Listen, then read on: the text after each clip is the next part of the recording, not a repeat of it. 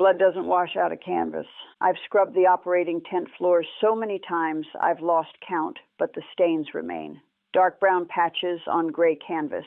Evidence of boys who came through here bleeding, some who left whole, some who left in pieces, some who didn't leave at all. I'm writing this in March 1952, sitting in my tent at the 8076th MASH, Mobile Army Surgical Hospital, somewhere in central Korea.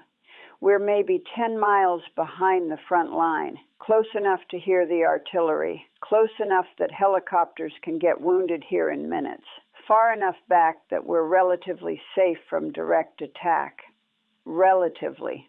The war's been going for almost 2 years now. The front line hasn't moved much in months. Stalemate. Peace talks happening at Panmunjom, but the fighting continues. Men keep dying while politicians argue about where to draw lines on maps. My name's Margaret Catherine O'Brien. Everyone calls me Maggie. I'm 26 years old, from Boston, Massachusetts. Irish Catholic family, 6 kids. I was the oldest. Went to nursing school at Massachusetts General. Graduated in 48.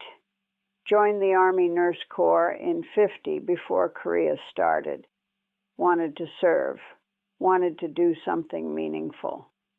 Got my wish. Got more than I wished for. I arrived in Korea in August 1951, straight from stateside. Had no idea what I was walking into.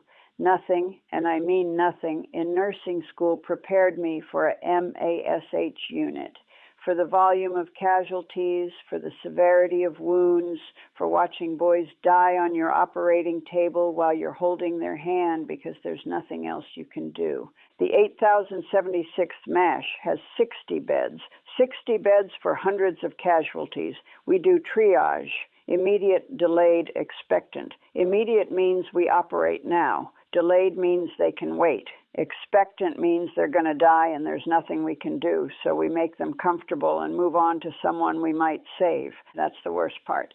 The expectant cases, the boys you have to walk away from because saving them would take resources you need for 3 others who have better chances. The math of war, the calculus of death. Save who you can, let the rest go. I'm one of 12 nurses at this MASH, all women, hundreds of men, doctors, corpsmen, support staff, guards, and 12 women. We're supposed to be officers, supposed to be respected, supposed to be treated as professionals. Mostly we are. The doctors need us. The corpsmen respect us. The wounded soldiers are grateful for any woman's face, any gentle touch in the middle of hell. But some of the support staff, some of the non-medical personnel, they see us as women first and nurses second. We deal with it, have to. The work never stops. Casualties come in waves.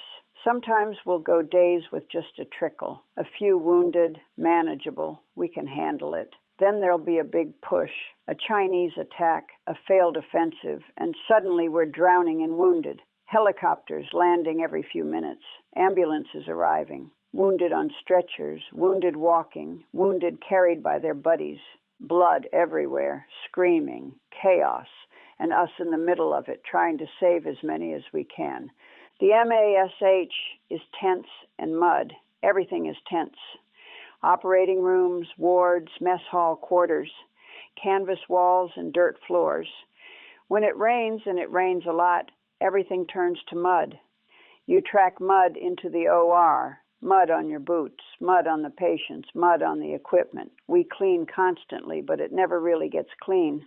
Winter is worse than the rain. Korea in winter is brutal, sub-zero temperatures. The tents have stoves, but they barely keep up. We operate in parkas. The plasma freezes. The blood freezes. We have to thaw it before we can use it. Meanwhile, patients are going into shock from cold on top of their wounds. The helicopters changed everything. Before helicopters, wounded would take hours to reach us. Many died in transit. Now they're here in minutes. Golden hour, they call it. Get a wounded soldier to surgery within an hour, and survival rates jump dramatically. The choppers make that possible. But it means we see wounds that would have been fatal an hour ago. Wounds that maybe we can save now. Maybe. If we're fast enough, skilled enough, lucky enough. No pressure. I work in pre-op and post-op mostly. The doctors do the surgery. We prep the patients, assist, monitor, recover them. Corpsmen do a lot of the grunt work, moving patients, cleaning, restocking supplies. But the nurses are the backbone. We're the ones who keep everything running. Captain Helen Cho is our head nurse, Korean American from California. Brilliant, tough, doesn't take crap from anyone. She runs a tight ship. We respect her. Some of the male officers don't. They see a woman, an Asian woman, and think she should be subservient. She corrects that assumption quickly. The other nurses are a mix. Lieutenant Sarah Brennan from Chicago. Best surgical nurse I've ever seen. Hands of gold. Lieutenant Patricia Morrison from Atlanta. Quiet, competent, never rattled. Lieutenant Jennifer Walsh from New York. Loud, funny, keeps morale up. And 8 others, all good, all holding it together despite the horror. We've lost nurses, not from combat, we're behind the lines, but from the stress. 2 have broken down, shipped home with psychological trauma. 1 got seriously ill from the conditions. 1 got married to a doctor and rotated stateside. We get replacements, but they're never quite prepared for what they're walking into. How could they be? How do you prepare someone for this? For 18-hour shifts in an operating tent, for boys dying in your arms, for doing 3 surgeries in the time a stateside hospital would do one, for living in mud and cold and fear and exhaustion, for becoming numb to death because the alternative is going insane. You can't prepare for that. You just do it or you break. No middle ground. I've been here 7 months. 7 months of blood and mud and broken boys. 7 months of saving some and losing others. 7 months of becoming something other than the bright-eyed nursing school graduate who thought she was ready to serve her country. I'm writing this because I need to get it out, need to document what this is like before I forget, before the numbness becomes permanent, before I lose the ability to remember what it felt like to feel. This is March 1952. The war is in its 2nd year. The peace talks continue. The fighting continues. The dying continues. And we're here, 10 miles behind the front, trying to put boys back together after the war, tears them apart. This is what it's like. This is what they don't tell you. This is life in a MASH unit. A typical day doesn't exist. Every day is different, but I'll describe yesterday, March 12th, 1952, as an example of what normal looks like here. 0600. Wake up. I'd been asleep for 4 hours. We'd had casualties coming in until 0200. I stumbled out of my cot, pulled on my uniform, still dirty from yesterday, no time to wash it, and headed to the mess tent for coffee. The coffee here is terrible. Thick, bitter, made from grounds that have been reused too many times. I drank 3 cups. 0630, morning report. Captain Cho briefs us on overnight cases. 2 post-op patients are critical. 1 with chest wounds isn't responding well. Another with abdominal injuries might need to go back to surgery. We divide up assignments. I get the chest case. 0700, start rounds. My patient is Private First Class Thomas Richardson from Ohio, 19 years old. Took shrapnel from a mortar round.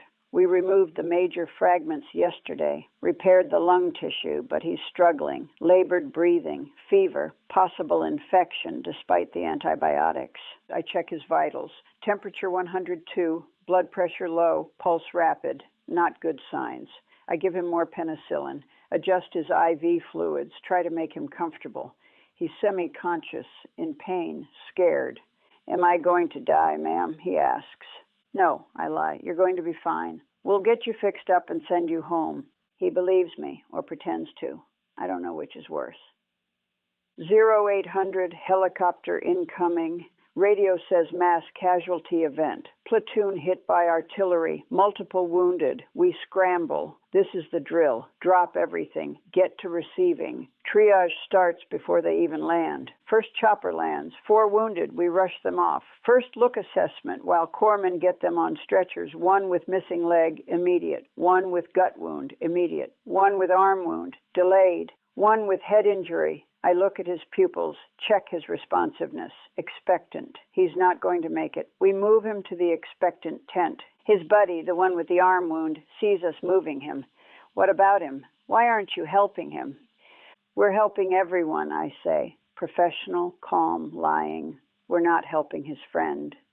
His friend is going to die in the expectant tent while we save the others. More helicopters, more wounded, 6, 8, 10. The OR fills up. We have 2 operating tables, 2 surgeons. Not enough, never enough. I'm in pre-op, cutting off bloody uniforms, starting IVS, getting them typed and crossed for blood, prepping them for surgery, assembly line medicine, fast, efficient, dehumanizing but necessary. One kid, can't be more than 18, keeps asking about his rifle. Where's my M1? I can't lose my rifle. They'll court-martial me. Don't worry about your rifle, I say. We've got it. You just worry about healing. He's more worried about a court-martial than the fact that he's missing half his foot. Shock, training, 19-year-old priorities. It would be funny if it wasn't heartbreaking. 1100. The OR is backed up. We have 4 immediate cases waiting. The surgeons are still working on the first 2. I'm monitoring the waiting wounded, keeping them stable, giving morphine for pain, holding hands, lying about how fine they're going to be. One of them, sergeant with gut wounds. He knows. You can see it in his eyes. He knows he's not going to make it. The wound is too severe. By the time we get him to surgery, it'll be too late. He's expectant, but nobody's told him yet. Ma'am, he says, tell my wife I love her. Tell her I tried to make it home. You tell her yourself, I say. You're going to be fine. He smiles, doesn't believe me, squeezes my hand. Thank you for lying. He dies at 11:30 before we can get him to surgery. I close his eyes, move to the next one. 1,200, supposed to be lunch. I'm not hungry. Can't eat anyway. More casualties coming in. Another artillery barrage. More wounded. The war doesn't pause for lunch breaks. This batch is worse. Burns. A flamethrower accident or napalm strike, not sure which. 3 men covered in burns, screaming. The smell of burned flesh makes me gag, but I push it down. No time for weakness. Burns are nightmare wounds, incredibly painful, high infection risk. Require specialized treatment we barely have equipment for. We do our best. Morphine for pain, fluids for shock, debridement of dead tissue, dressings, hope. One of them, the burns cover 60% of his body. He's expectant.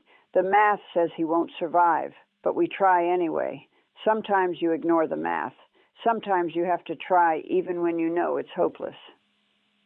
1,400, the OR finally catches up. The surgeons have been operating for 6 hours straight. They take a 20-minute break, coffee and cigarettes, then back at it. I'm cleaning up the prep area.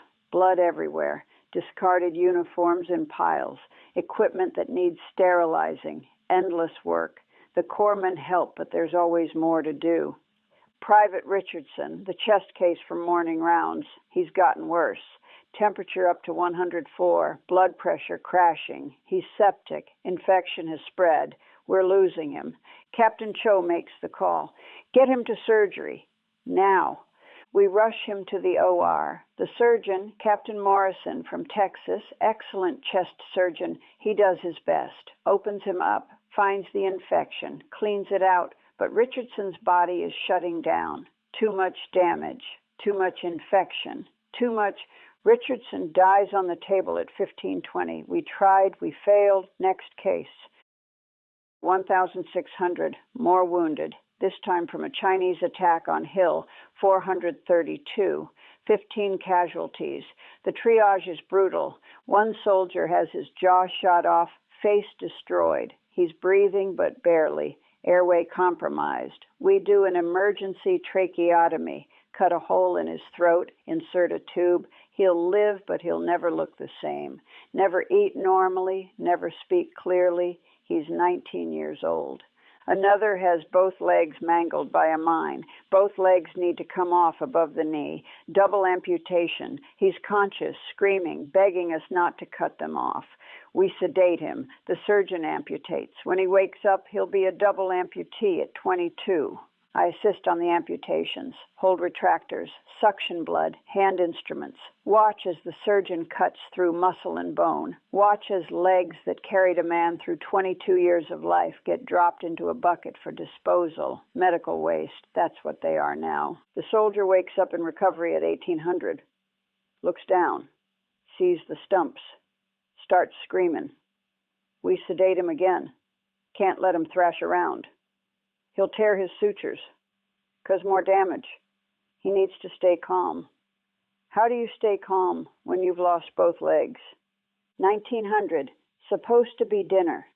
I grab a cup of coffee. That's all I can handle. My stomach is in knots. I've been on duty for 13 hours.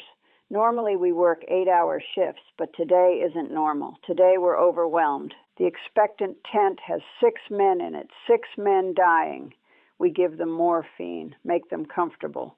But there's no doctor there, no nurse, just a corpsman checking on them periodically. They die alone, sometimes calling for their mothers, sometimes crying, sometimes silent. I sneak over during a break, sit with one of them. He's maybe 20, gut wound, massive internal bleeding. We can't fix it, don't have the blood supply, don't have the surgical capacity. He's going to die, and he knows it. I don't want to die alone, he says. You're not alone, I say. I'm here. He holds my hand. His grip gets weaker. His breathing gets shallower. He stops breathing at 1925. I close his eyes, move to the next one. He dies at 1940, the next one at 1955. 3 men dead in 30 minutes. 3 men I sat with because no one should die alone. 3 more ghosts that will haunt my dreams. 2000, back to work, post-op rounds, checking on the surgical cases from earlier. Most are stable. Some are struggling. The burn case, the one we tried to save despite the math, he's not going to make it. Captain Cho makes the call. Move him to expectant. Stop aggressive treatment. Just morphine and comfort. He dies at 2045. We were right the first time. The math was right. We wasted resources trying to save him, resources that could have gone to someone else. But how do you not try? How do you look at a human being and say, we're giving up on you? You can't, so you try. And they die anyway, and you move on to the next one. 2,100, finally a lull. No more choppers, no more ambulances. The OR is clear. The waiting wounded have all been treated. We can breathe. I strip off my surgical gown. It's soaked with blood. My scrubs underneath are soaked too. Blood on my hands, blood under my fingernails, blood on my shoes.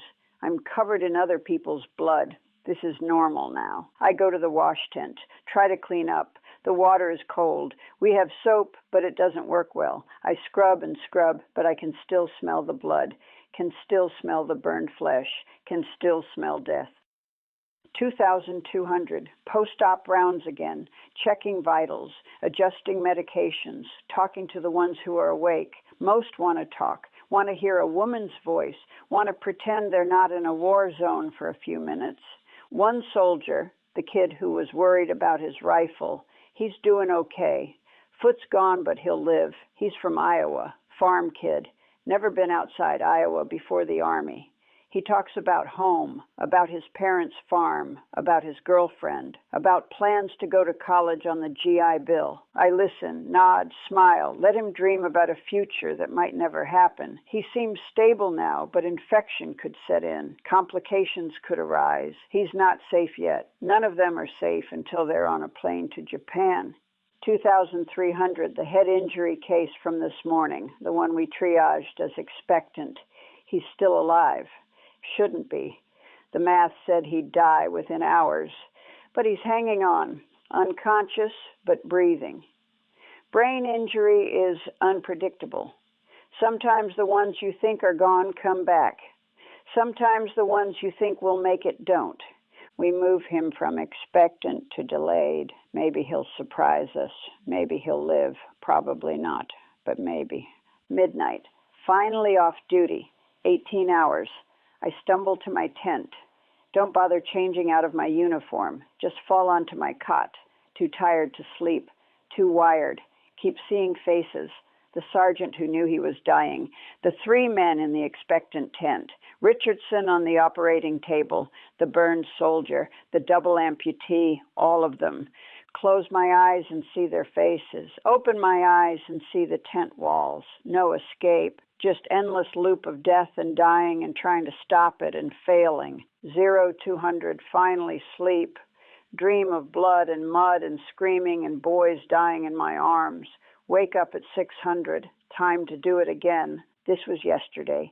Today will be the same. Tomorrow will be the same. Every day the same endless cycle. Different faces. Same death. March becomes April. April becomes May. The war continues. The stalemate continues. The dying continues. The peace talks at Panmunjom drag on. Both sides arguing about prisoner exchanges, about where to draw the ceasefire line, about details that don't mean anything to the boys bleeding in our OR. The politicians talk. The soldiers die. The nurses try to save them. We're in the grinding middle of the war now. No big offensives, no dramatic breakthroughs, just endless small-scale fighting, patrol actions, artillery duels, hill battles where hundreds die to take ground that gets given back in negotiations anyway. And the casualties come in steady streams, not the massive waves from earlier in the war, but constant.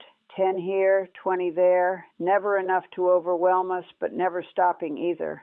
We're always working, always tired, always losing boys. We lose Lieutenant Morrison in April, not to combat, she just breaks. One day she's fine, the next day she's catatonic, won't respond, won't move, just sits and stares. They evacuate her to Japan, then stateside. Combat fatigue, psychiatric discharge.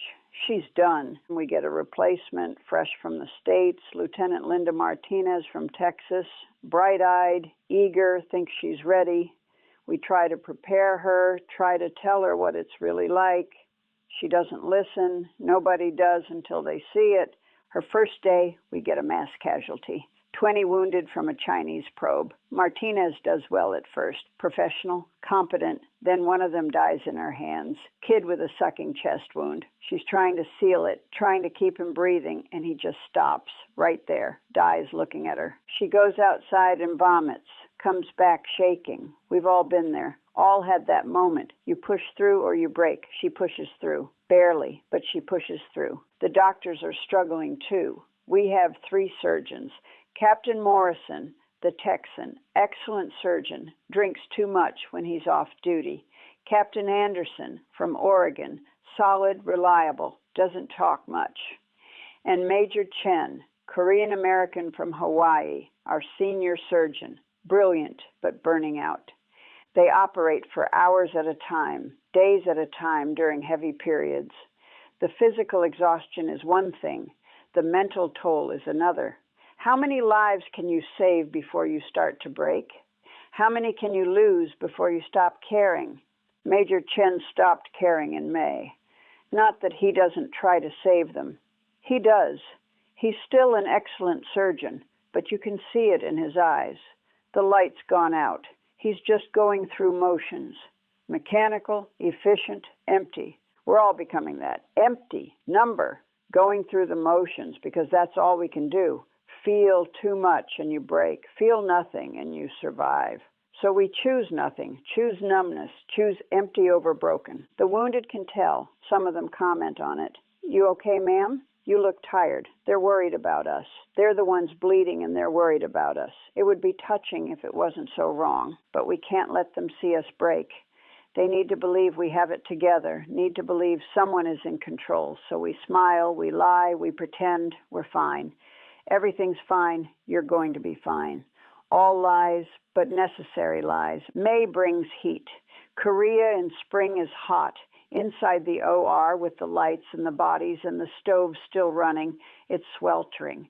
We operate in t-shirts trying to stay cool. The blood dries faster. The flies come. Everything smells worse in the heat. The flies are everywhere, attracted to the blood, the waste, the death. We try to keep them out of the OR, but it's impossible. Canvas walls don't seal. The flies get in, land on open wounds. We shoo them away. They come back. We shoo them away again. Endless cycle. We lose 3 post-op patients to infection in May, all preventable infections. Flies, unsanitary conditions, contaminated equipment. We clean constantly, but it's never clean enough. This isn't a hospital. This is tents and mud with flies and dirt and whatever we can improvise. Boys die from infections they'd survive stateside. That's what makes me angry, not the combat wounds. Those I understand. That's war. Boys get shot. They bleed. We try to save them. Sometimes we do, sometimes we don't. But the preventable deaths, the infections, the complications from poor conditions, those shouldn't happen. Those are on us. Except they're not on us. They're on the war, on the Army, on whoever decided mobile surgical hospitals were good enough, on whoever decided boys could die in tents in Korea, while Americans back home went to clean hospitals with private rooms and antibiotics and actual sanitation. But anger doesn't help. Anger doesn't save lives, so I push it down. Add it to the growing pile of things I'm not allowing myself to feel. Anger, fear, grief, despair. All of it pushed down, buried, locked away. Deal with it later. Or never. Probably never. June 1952. I've been at the 8076th for 10 months. Feels like 10 years. Lieutenant Sarah Brennan, our best surgical nurse, hands of gold. She breaks in June. Not dramatically. No catatonia like Morrison. Just stops functioning optimally. Her hands start shaking during procedures. She makes small mistakes. Nothing catastrophic, but enough to notice. Captain Cho pulls her from surgery.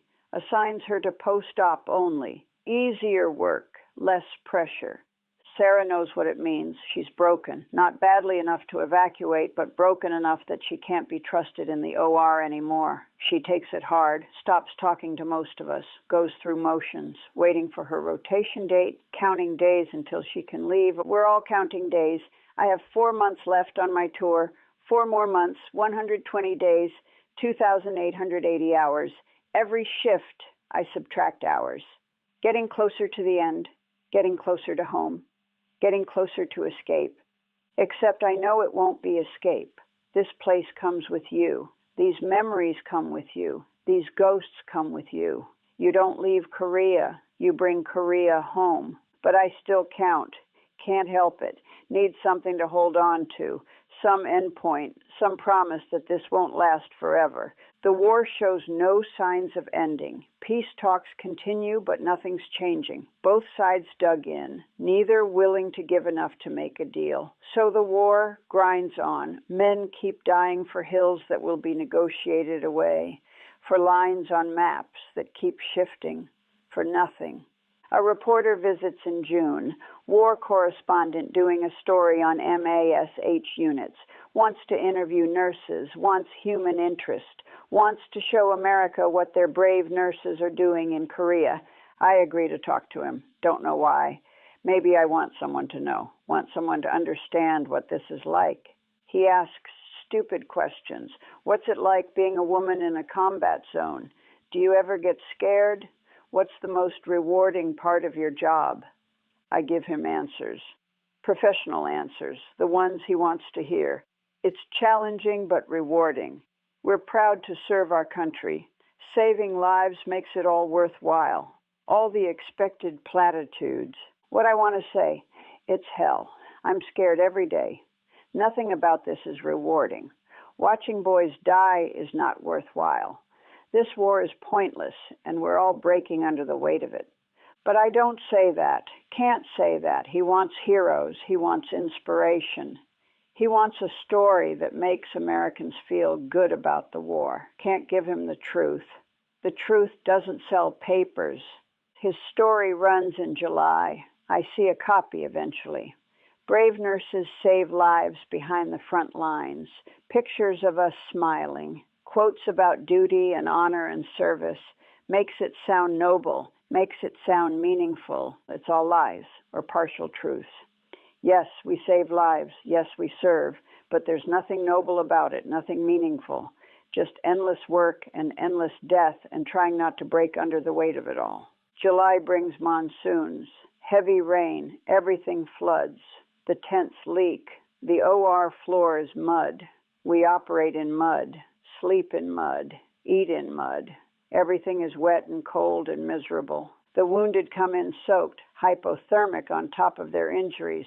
We have to warm them before we can operate. Complications from the cold, infections from the wet, more boys dying from conditions on top of combat wounds. We lose Lieutenant Walsh in July. She gets sick, some kind of infection, fever, chills, can't work. They evacuate her to Japan. Don't know if it's physical illness or her body's way of giving up. Doesn't matter. She's gone. Another nurse down. We're supposed to have 12 nurses. We're down to 9. Martinez is barely functional. Brennan is post-op only. That leaves 7 of us for full duty. Not enough. Never enough. I'm exhausted. We're all exhausted. Working 16-hour shifts regularly, 18-hour shifts during heavy periods.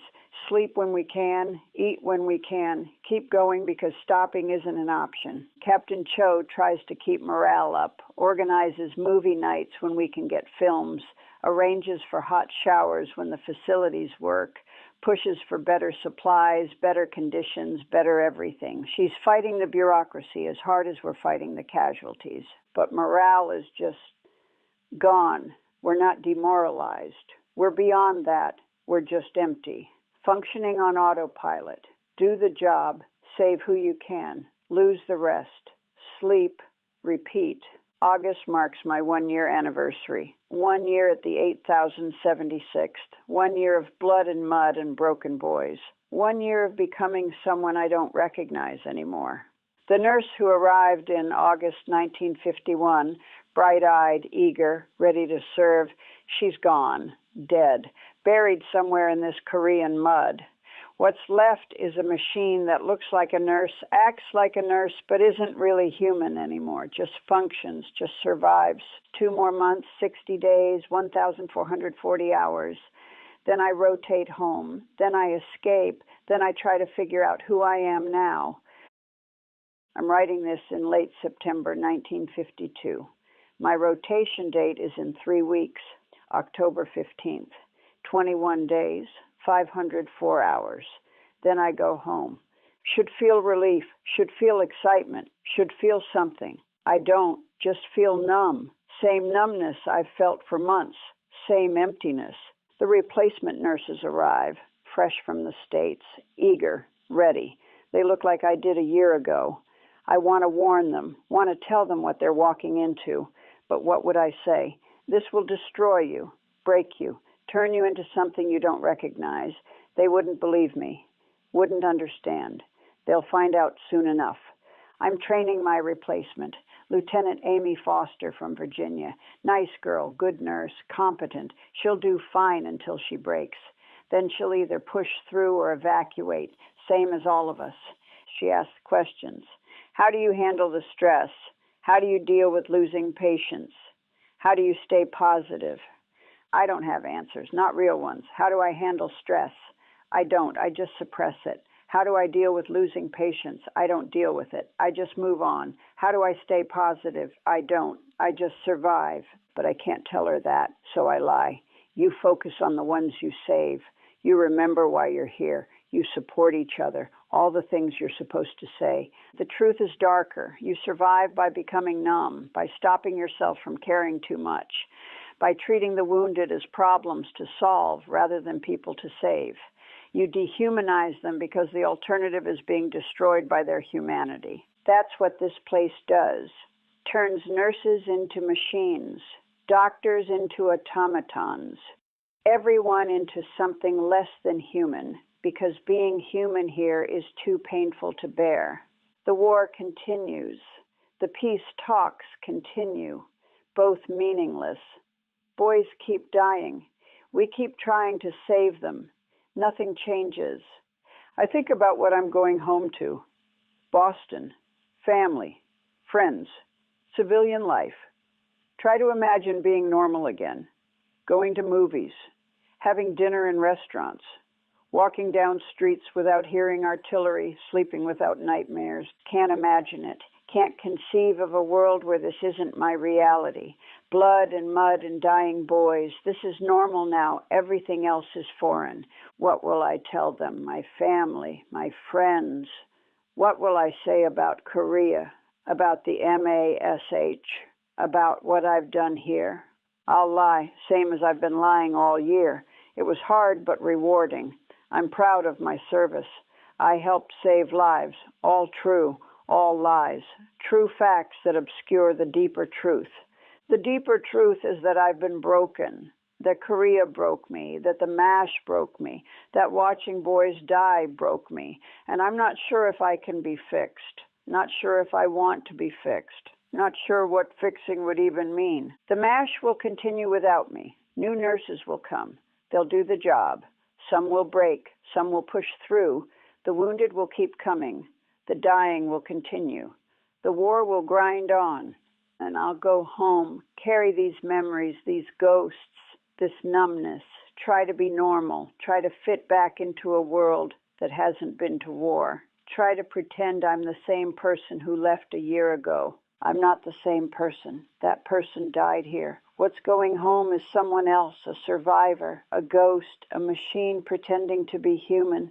Blood doesn't wash out of canvas. That's what I said at the beginning. It's true. The stains remain on the tent floors, on my uniforms, on my soul. Permanent, indelible. Evidence of what happened here. Evidence of what I've seen, what I've done, who I've become. 3 weeks. Then I leave this place. Leave the mud and the blood and the dying boys. Leave Korea. Go home. But Korea won't leave me. It'll come with me, in my memories, in my nightmares, in the numbness that has replaced my ability to feel, in the way I'll never be able to look at young men without seeing them wounded and dying, in the way I'll never be able to be normal again. This is September 1952. The war continues. I've survived 13 months, 3 weeks from going home. This is my reality. This is what it's like. Not heroic, not meaningful. Just surviving, just trying to hold together long enough to leave. The 8,076 MASH will be here long after I'm gone. Other nurses will take my place. Other wounded will come. Other boys will die. The war will continue until the politicians decide it's over, and I'll be home in Boston, trying to rebuild a life, trying to figure out who I am now, trying to wash out the stains that won't come out. Blood doesn't wash out of canvas. It doesn't wash out of souls either. I'll carry these stains forever. Evidence of the year I spent in hell trying to save boys who were dying in a war that won't end. 3 weeks. Then I'm free. Except I'll never really be free. Korea will always be with me. The MASH will always be with me. The ghosts will always be with me. This is the reality they don't tell you about, the price of service, the cost of survival. What you lose when you spend a year watching boys die and trying to save them and failing more often than you succeed. I'm a nurse. I save lives. That's what I'm supposed to do. That's what I've done for 13 months. Saved who I could. Lost who I couldn't, became something I don't recognize in the process. 3 weeks, then I go home, to a world that doesn't understand, to people who will thank me for my service without knowing what that service cost, to a life that will never feel quite real again because this, the blood and the mud and the dying, this feels more real than anything else ever will. Blood doesn't wash out of canvas. These stains are permanent. On the tent floors, on my hands, on my soul, evidence of the cost of war, evidence of what we pay to save lives, evidence of what we lose in the saving. This is my reality. This is what I'll carry home. This is the price of a year in a MASH unit in Korea. And in 3 weeks, I'll try to pretend it was worth it.